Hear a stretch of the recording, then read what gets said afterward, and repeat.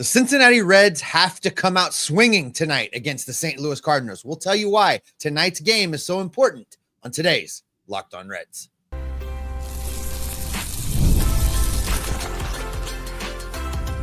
You are Locked On Reds, your daily Cincinnati Reds podcast, part of the Locked On Podcast Network, your team every day.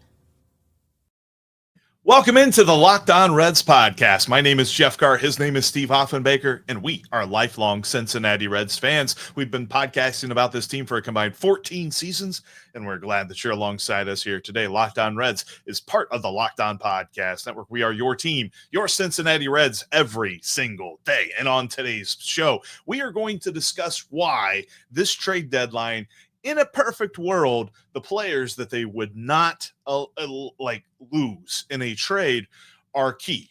We'll discuss that later on. In a few minutes, we're going to look at how the Reds match up pitching-wise against the Cardinals lineup this weekend in a very pivotal series. And this 3 games that the Reds are going to be facing St. Louis at Busch Stadium are important. But tonight is the most important. And we'll tell you why on today's show that is brought to you by FanDuel. Make sure you go to FanDuel.com today. New users can place a $5 winning bet and get $200 in bonus bets.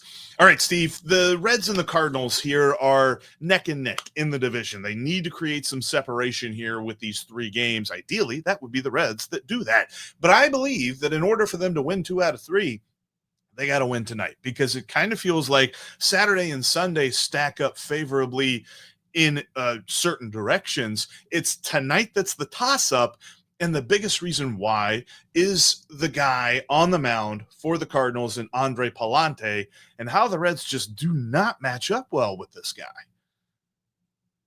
You're absolutely right in that they need to come out swinging. We're going to dig into this series and really break it down, looking at the pitching matchups. Old friend alert tomorrow is Sonny Gray. And that's a big one. That's going to be a big challenge for the Reds tomorrow. So they have to set the tone today. They have to go out there and get a win. We know their record, 1-38, 1-38 on series where they lose. No longer an offer, but yeah. It's no longer an offer, but let's just go out there and get the win. This is an opportunity for the Reds to set the tone, an opportunity for them to kind of get the momentum going against the Cardinals, a team that they don't always do well against. And you look, it's more than just the division, Jeff. Right now, the Brewers, the Reds, and the Cardinals are all bunched together for that final wild card spot, with the Cardinals being just a half game out of the final wild card spot, the Reds a game and a half back. So they really can't afford to have a bad series against the Cardinals as far as playoff positioning goes. This is a good opportunity for them to go out there today. The Reds hitting has turned a corner. We've been talking about this, right? We've been talking about Spencer Steer has looked good. Matt McLain has, and if you shorten his sample size, if you look over the last few weeks, Matt McLain's hitting 300. So the corner has been turned. It's now time for them to continue that momentum. It's time for them to keep moving that forward. And, St. Louis, it's not as if St. Louis is an overpowering team. It's not as if St. Louis is the Dodgers. It's not that kind of thing. They just have always had the Reds number. And it's time for the Reds to get that monkey off their back.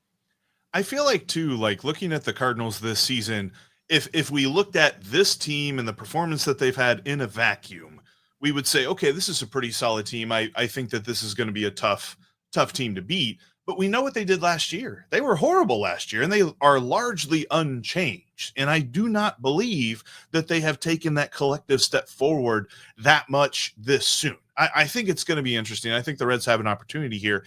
But the reason that I'm worried about tonight is that the career of Andre Pallante against the Cincinnati Reds is one of dominance. I know that the last start, the Reds actually got 3 runs on him, and they actually beat him. Just the second time in his entire career that the Reds have done that. And for his career, he has a 2.18 ERA against the Reds. In fact, those 3 runs that they scored in the last start against him tie the season high for runs that they have scored against him in any other season that he's pitched. Last year, he pitched 3 games against the Reds, gave up 3 runs. in all 3 games, and he pitched 16 and a third innings. It's weird because you're going to see his season stats. You're going to see that they're kind of pedestrian. He looks okay. He's not great. But for some reason, he is a Reds killer of a pitcher. And I think most of it just has to do with the fact that he wants the Reds to hit the ball. He throws pitches that the Reds will want to swing at, but he misses barrels. So this Reds lineup that I've been very happy with here recently, they have really started to turn a corner, especially in situations where you need them to get back into the game. Like even on the blowout loss on Thursday, the blowout loss Thursday afternoon, I still like the fact that, in the 5th inning, they came back out and they got a couple of runs, and you're like, okay, they could probably work their way back into this. And then, well, the Reds gave up more runs after that. So the pitching was just not going to let the Reds hitting get them back into that game.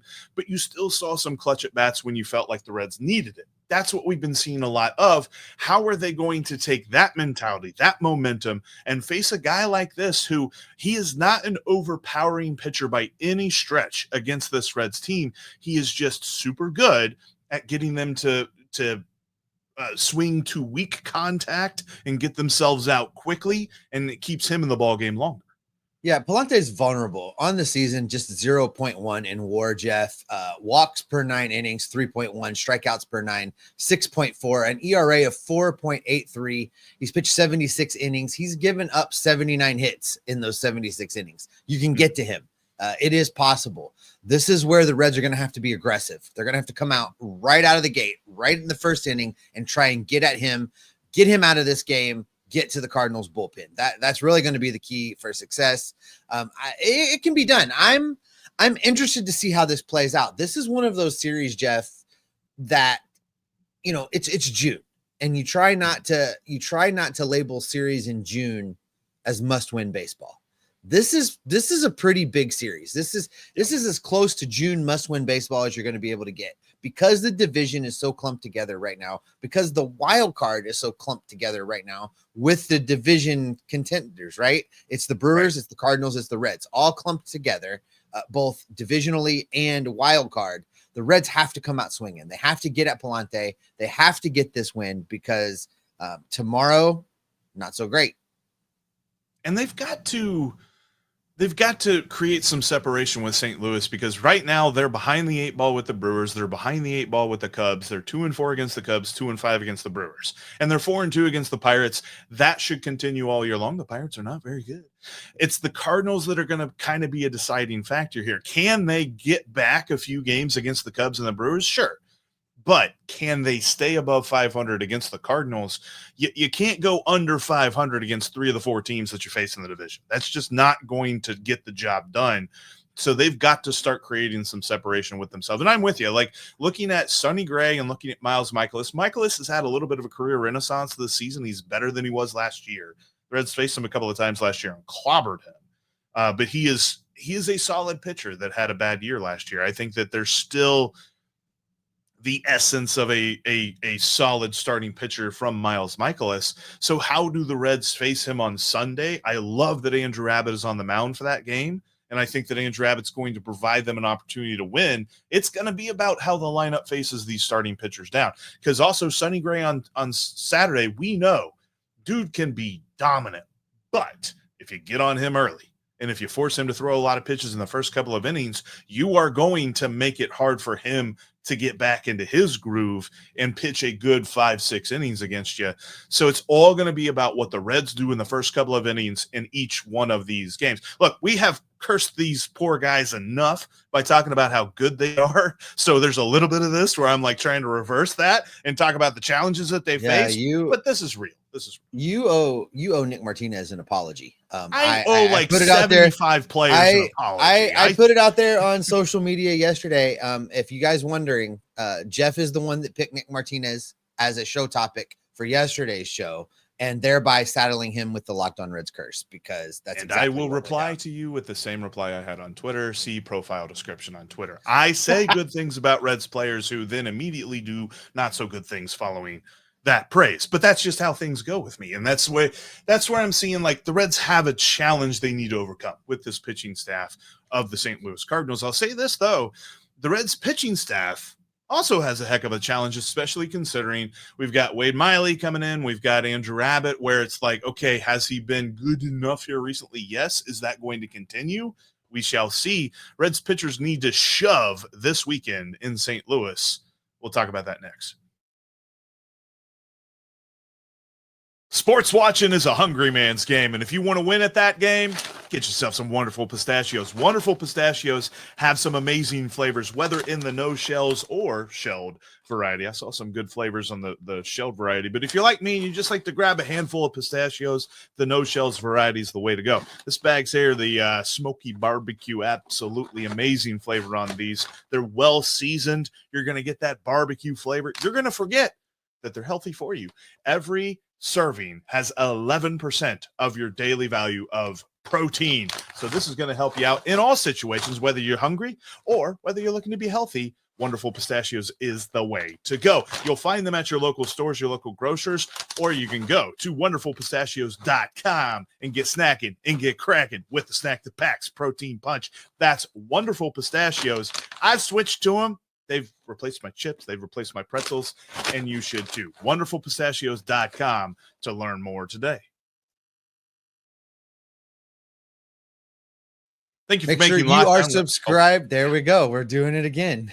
Make sure you are subscribed. That way you get all of the great content we've got coming your way. Jeff and I, Monday through Friday, here on the Mothership, the Locked On Reds podcast, Monday through Friday, 5 times a week. You get Tim Daniel on the Reds postcast every single post game. Right after the Reds finish, jump on. Tim will be there for you to tell you what just happened. Make sure you're subscribed so you don't miss any of it. All right, Jeff, the Cardinals lineup is an interesting lineup right now because there's a couple guys in this lineup that are just balling right now. Ivan Herrera, 157 as far as OPS plus goes. That ain't bad. In case you were wondering, that's pretty good. Sagise comes in at 143. You've got Donovan at 131. Those guys are really, really performing well for the St. Louis Cardinals. It starts to fall off after that, though. Burleson at 127. Another big jump down to Wilson Contreras at 113. And then you get to Pozo at catcher, who's 105, 5% better than league average. Everybody after that's below league average. So those are the guys that are going to beat you. And those are the guys that the Reds pitching needs to limit. It's that darn devil magic, Jeff. Those guys just continue to kind of carry this team on their shoulders and get the job done.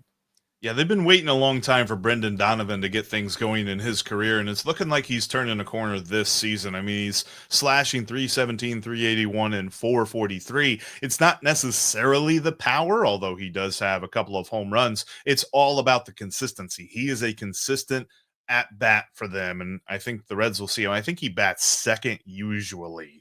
We'll see if he hits against Andrew Abbott there. And the other interesting thing will be Lars Nootbaar, because Lars Nootbaar has been hitting leadoff for them most of the season, and he was solid early on, but he's really hit a tough stretch now. Can the Reds continue to hold him in that tough patch of the season will be a little bit key here, because you're right. There's definitely going to be some guys that get their hits against him. Ivan Herrera only has 150 at-bats on the season, but they are very impactful at-bats, as you mentioned, with the 157 OPS plus. Kind of reminds me a little bit of Austin Wynns. It's just they let him hit more. I don't know. That's a very interesting concept. But I also think, too, that like with the guys that the Reds have on the mound, especially with Brady Singer and Wade Miley, this isn't the number one punch that the Reds are throwing at the Cardinals on the mound. So how do Singer and Miley fare against these guys in that they are not overpowering themselves? They are looking for the weak contact. They are looking for the ball to be put in play and for their fielding to really help them out here. So it's going to be a stress on them, and it's going to be a stress on the Reds gloves. It is. And you look at this, you look at the lineup up and down, Jeff. You know, I mentioned those 6 guys that are all performing at league average or better. There's not a lot of drop off. The next 5 guys for the St. Louis Cardinals are 95 or better on OPS plus. So they're just slightly below league average.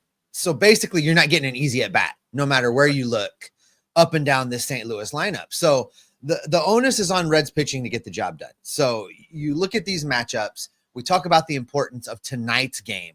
You look at tomorrow's game, Wade Miley is going against Sonny Gray.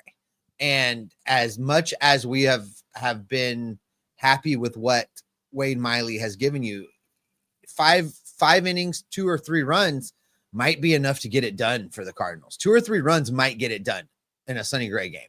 So, I look at that game on paper, Jeff, and I'm like, well, that's the one the Cardinals are going to win. So, when we talk about just go out and win 2 out of 3, right? Just go out and win 2 out of 3. Andrew Abbott goes on Sunday. He's against Michaelis. That on paper, the Reds should win that game. You look at how Andrew Abbott's been pitching. You look at how Michaelis has been pitching. The Reds should win that game. It all boils down to tonight. And man, playoff baseball in June, guys. It's really that's what it's going to feel like. And it's because of how tight this division is. And just kind of looking at how Brady Singer has fared here recently, his last couple of starts have all been pretty solid. Like, he only went 5 innings to begin the month against Milwaukee, but he held them to 3 runs. You have to go back to May 10th, the last time he gave up more than 3 earned runs. So, alert.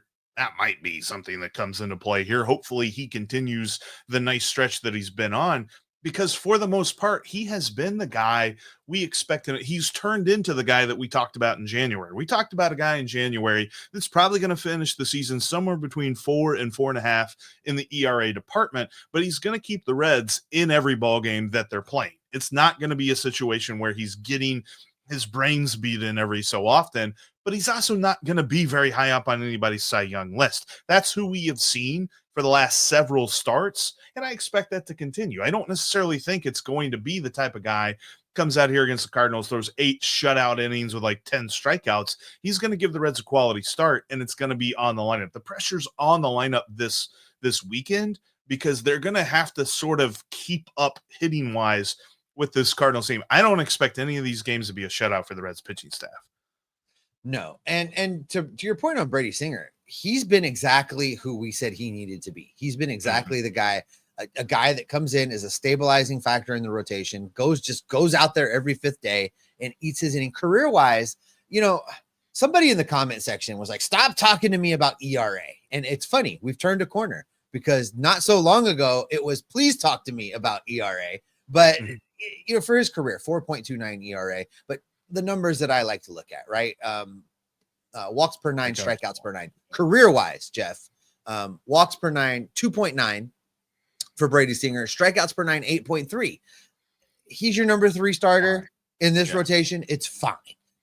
He just needs to be that guy. If he can hold the Cardinals to a run or 2 over 6 innings and give the Reds a chance to be in this game, he's done his job. And it really is going to boil down to what you said earlier, which is the Reds have to come out fast. They have to come out hot, and this lineup has to go and attack the starting pitching.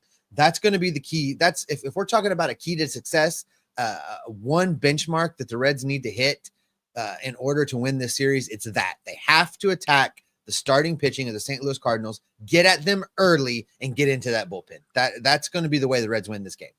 And conversely, on the pitching side for the Reds, they're going to have to make sure that the early innings of the ball game go smoothly, and they don't allow the Cardinals to give like quick answers or for the Cardinals to get on top first or something like that, especially since the Cardinals will be hitting in the bottom half of the inning. Hopefully the lineup can provide them with some runs early on, and they can get into a little bit of a groove. That's going to be the key, especially for Singer and Miley, who are both very groove-oriented pitchers. If they don't hit a groove, then that's when they struggle. I mean, we've seen this a couple of times with Brady Singer, where it feels like he throws a lot of pitches because he has to be so precise, and he's pitching in a close game, something like that. Wade Miley is the same way. Wade Miley wants to get the ball and go, but if you are behind, or if it's a tie ball game or something like that, then he thinks a little bit more, and he might not throw his best pitch when he's thinking a little bit more. So the pitching staff is going to have to keep things tidy for the first 3 innings in each of these. I think, like, if we're talking about multiple runs in the first 3 innings for any of these starting pitchers, including Andrew Abbott, then these games are going to be tougher than they are supposed to be. No, 100%. Andrew Abbott especially would love to see some more of that dominating complete game shutout type baseball performance, because the Reds need to win this series, Jeff. Yes. But look, In a perfect world, there's a way for the Reds to get better and not give up a lot to do it. We're going to talk about what a perfect world might look like coming up next.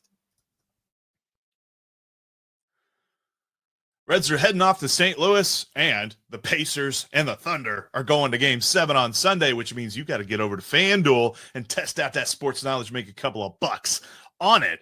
New users, $5 winning bet gets you $200 in bonus bets. You ain't going to find those odds anywhere. And the odds on the Reds tonight against Andre Pallante, the Reds are underdogs, plus 120 on the money line. I don't know how I feel about that, to be honest with you, but I know how I feel about the over-under. The over-under is set at 9. And with Brady Singer on the mound, I think Brady Singer is going to keep pitching really well against this Cardinals team. And the Reds just really don't know how to figure out Andre Pallante. I'm taking the under on 9. Yeah, I know. Like I usually say, take the over. I'm taking the under of 9 total runs for the Reds and the Cardinals tonight in St. Louis. Go check that out over on FanDuel. Like I mentioned, new users, $5 winning bet gets you $200 in bonus bets. FanDuel is America's #1 sportsbook. If you can't watch us on YouTube, you can always listen to us on your favorite podcasting app. We're on all of them out there. Go check us out today. And also make sure you check out Locked On MLB Game Night on the Locked On MLB feed. They watch every game, so you don't have to. All right, Steve, I'm seeing more and more updates and rumors and articles and things like that talking about the trade deadline. In fact, I think it was Buster Olney said that he expects the Reds to be aggressive on the trade deadline as it approaches, and I love that. It's always good to hear. But I've also seen some other things, like people talking about this and that and who the Reds might have to give up. We know that Nick Krall had a lot of conversations this offseason with opposing general managers talking about they want major league players for major league players. So let's start there. I think in a perfect world, this trade deadline, the Reds don't trade anybody from their major league roster. Maybe it's like a fringe guy, maybe like a Jake Fraley, maybe a Santiago Espinal, but I really don't want them to be trading from their starting rotation. We've talked about this as a potential option, and maybe in order to get that big thing done, they've got to trade somebody from the major league starting rotation. But I think in a perfect world, we're talking about the Reds trading guys from the prospect list, not from the 26-man. Yeah, in a perfect world, that's probably true. But here's the downside of that. If you're not trading somebody from the major league rotation, you're trading a prospect from the minor league standby rotation, and that's Chase Burns, Chase Petty. I think it's much more likely the Reds deal somebody from the major league rotation. Even that Buster Olney piece, the very first thing out of his mouth after I think the Reds are going to be aggressive is they have a lot of starting pitching, and they have a lot of starting pitching on the way. That was the next line of that quote, Jeff. So it looks to me like if the Reds are going to trade somebody from the major league roster, they're going to deal from strength. The strength is the starting pitching.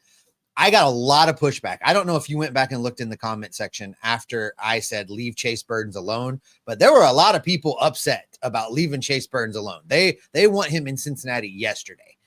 They might get their wish, because if the Reds have to deal from that rotation to go out and get whatever it is they feel like they need, he's the next guy, because Chase Petty has demonstrated he's not the next guy just yet. So it's a wild card. It's a gamble, because what we don't know is how Chase Burns will perform once he gets to the big leagues. So it's a roll of the dice, but sometimes that's what you've got to do. If you can go get a bopper and trade a starting pitcher to do it, and just bring up one of these young kids and fingers crossed, they're going to be as good in the majors as they've been in the minors, you're doing something with this team. But it really is a roll of the dice, because we don't know. We don't know what Chase Burns would do at the major league level.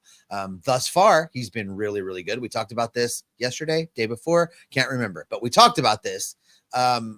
He's been really good. He hasn't really run into any adversity per se. He's just mowed everybody down. That won't be the case at the major league level. He's going to have to learn to pitch, not just throw. So do you want to do that in the middle of a pennant race, a middle of a wild card chase? It's 6 of one, half dozen of the other for me. Does the bopper you get mitigate the effect of bringing a young guy into the starting rotation? I would love for it to be a perfect world, Jeff. I would love for them to not have to trade from the major league roster to get something done. It just doesn't seem to me that that's what anybody in the league wants to do this year. for you, and because I'm not sure where I stand on this, but for you, would it move the needle enough if I told you they didn't have to touch the major league starting rotation, and what they ended up getting back was a really solid right-handed dude in the outfit, not an everyday guy, but maybe a dude that you platoon with Fraley or Benson, like a Taylor Ward or somebody like that, and you don't have to dip into the major league rotation? Well, you'd have to tell me who I'm dipping into in the minor leagues, because if the names are Burns or Petty, then no, it doesn't move the needle very much for me. If it's not those guys, if we're going deeper into the system, it's worth having a conversation. But those names are going to be names, right? It's going to be Duno. It's going to be Collier. It's going to be those kind of guys, the names that are trending and projecting to be really, really good. But once you get past Louisville, I've told you this before, Jeff, I don't care. Right. You never know how guys are going to pan out. And I'm sick and tired of wait till next year. I want to win right now. So if the Reds can win right now, go win right now. I agree with that. And I think too, like, there's a group of guys that I don't believe the Reds would trade for the minor league system, but there's definitely a larger group that they'd be okay with.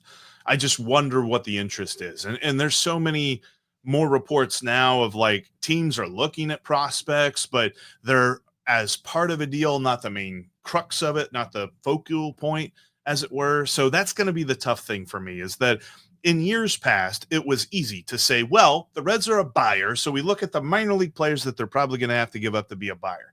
I don't necessarily know that those lines are as crisp and as obvious now, that to be a buyer, you only trade prospects. I think nowadays, especially, I was seeing some things that, they were writing in The Athletic about the Padres and about the Diamondbacks, how they could be buyers and sellers. I don't necessarily know that the Reds are in that spot, but at the same time, I think the traditional lines of, well, if you're a buyer, you trade minor leaguers, and if you're a seller, you get minor leaguers. I don't think that's what we're talking about this year on the whole for the major leagues and also for the Reds. Yeah, baseball's on its head right now. Every single thing that is the way we've always done it is kind of up in the air right now. And this is a direct result of everybody being in contention. Everybody except the Marlins and the Rockies being able to say, well, we're still in the wild card race. That has really changed the nature of these deals and how things are going, because in the past you could be rebuilding the classic Pittsburgh Pirates way, right? We're going to rebuild, we're going to bring in minor leaguers, we're doing all these things. But now, because everybody can compete for the wild card every year, they need immediate help. Everybody's looking for immediate help, immediate return. They want to be able to say they won the trade. They want to be able to say they're better and ready to compete for that wild card. And it's really changed how I think general managers talk to each other. And I don't know if that's necessarily a good thing, because it's really limited the amount of sellers. It's limited the teams that are buyers and what they can really do. Because I mean, if you're the Cincinnati Reds, now when you pick up the phone and you're Nick Krall, the guy's not talking to you about Collier. The guy's not talking to you about Duno. The guy's asking you about Hunter Green. And you're like, are you serious right now? You're talking to me about Hunter Green? But those are the conversations. And I think it's in a lot of respects tied a lot of teams' hands. So it's going to be really interesting to see how the Reds front office addresses this, because I agree with what the national, stop the presses, write this down. I agree with what the national media is saying right now. The Reds are profiling to be aggressive at this trade deadline. They're profiling to be just like a guy away. They're profiling to really need to make a move. But the question is there going to be a partner? Is there going to be somebody that makes sense? Because one thing in Nick Krall's messaging, if you're talking about peaks and valleys, if you're talking about getting guys back healthy, and then we'll know what we have, all of these things that he says, the one thing he has said correctly and consistently is, I am not going to make a deal just to make a deal. The deal has to make sense. And he has stuck by that, and he's going to have to stick by that this season, because being aggressive doesn't mean being dumb. So he's going to have to go out there and find a trade partner that makes sense. Can confirm Steve did of his own volition say that he agreed with the national media. He is not being held hostage right now. I can confirm that. And I will say too, like, as we're talking about this is setting up what I'm going to discuss. I'm going to be solo on Monday. I'm going to be discussing my plan for the trade deadline. If everything were to go, if I were the GM, if everything were to go according to my plan, I'm going to lay that out on Monday. And that's what this segment is setting up. So thank you so much for checking out today's Locked On Reds podcast. Appreciate you all. Hoping for a good 2 out of 3 series for this Reds team. We will recap that on Monday as well as talk about my trade deadline plan. Hope you join me. Make sure you subscribe so that you can become an everydayer and make Locked On Reds part of your everyday routine, because we're going to be with you every single day, including Tim Daniel on the Reds postcast following every single final out of every single game, right here on the Locked On Reds channel. Make sure you subscribe. We'll see you on Monday, because you know that we will be Locked On Reds every single day. 0 Star Wars references. It's amazing. Never tell me the odds.